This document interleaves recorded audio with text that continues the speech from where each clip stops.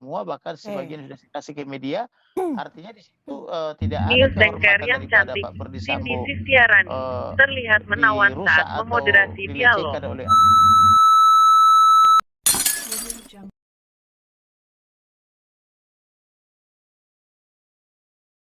Diperiksa, kemudian 31D, kalau saya sebut yang gampang bahasanya bukan tahanan, dirumahkanlah kita, di rumah khusus kita. Patsus ya? Kemudian ada yang pidana, kemudian ini mungkin masih berlanjut lagi. Dan belum nanti kasus-kasus ikutannya, dan ini kan kesempatan bagi Polri untuk bersih-bersih, momentum ini akan digunakan oleh Polri ya untuk memperbaiki kita. Oke. Seperti misalnya telah membubarkan apa namanya Satgasus, dan terus ini akan berlanjut ya, insya Allah dengan kita kawal, dengan diberi masukan dari masyarakat, Polri yang milik kita bersama ini yang menjadi tanggung jawab kita bersama untuk memperbaikinya. Baik, Mas Ganjar sebentar lagi akan benar-benar kasus pembunuhan berencana ini? Ya seharusnya tidak ada kendala dari Pak Kamarudin tadi.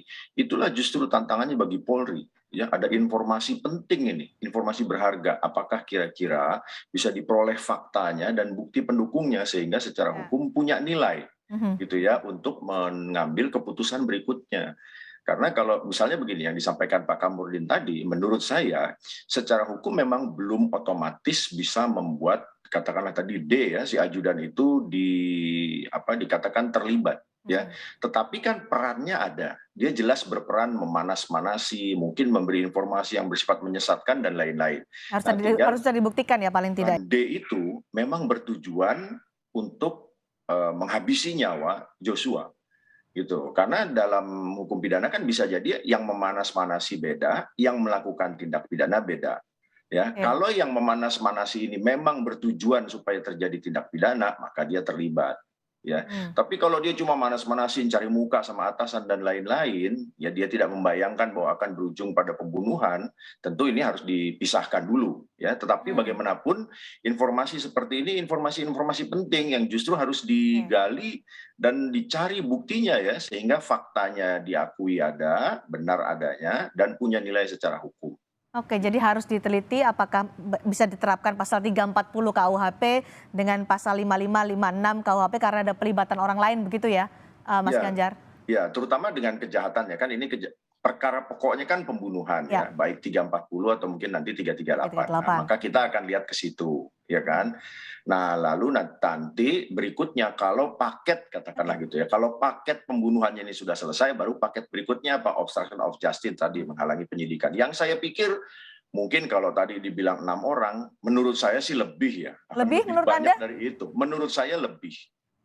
Siapa yang menurut Anda bisa dijerat juga selain 6 orang itu, 6 perwira itu? Nah, karena begini ya, kita bisa melihat secara rinci ya perbuatan menghalangi penyidikannya apa saja. Ya, misalnya yang merekayasa cerita, ya. Kedua yang mengambil menghilangkan CCTV, ya. Ketiga yang mengacak-acak dalam rangka menghilangkan jejak TKP. Itu saya nggak yakin saya cuma 6 orang yang mereka yang datang pertama ke TKP itu menurut Anda yang harus juga diperiksa? Yang datang TKP itu harus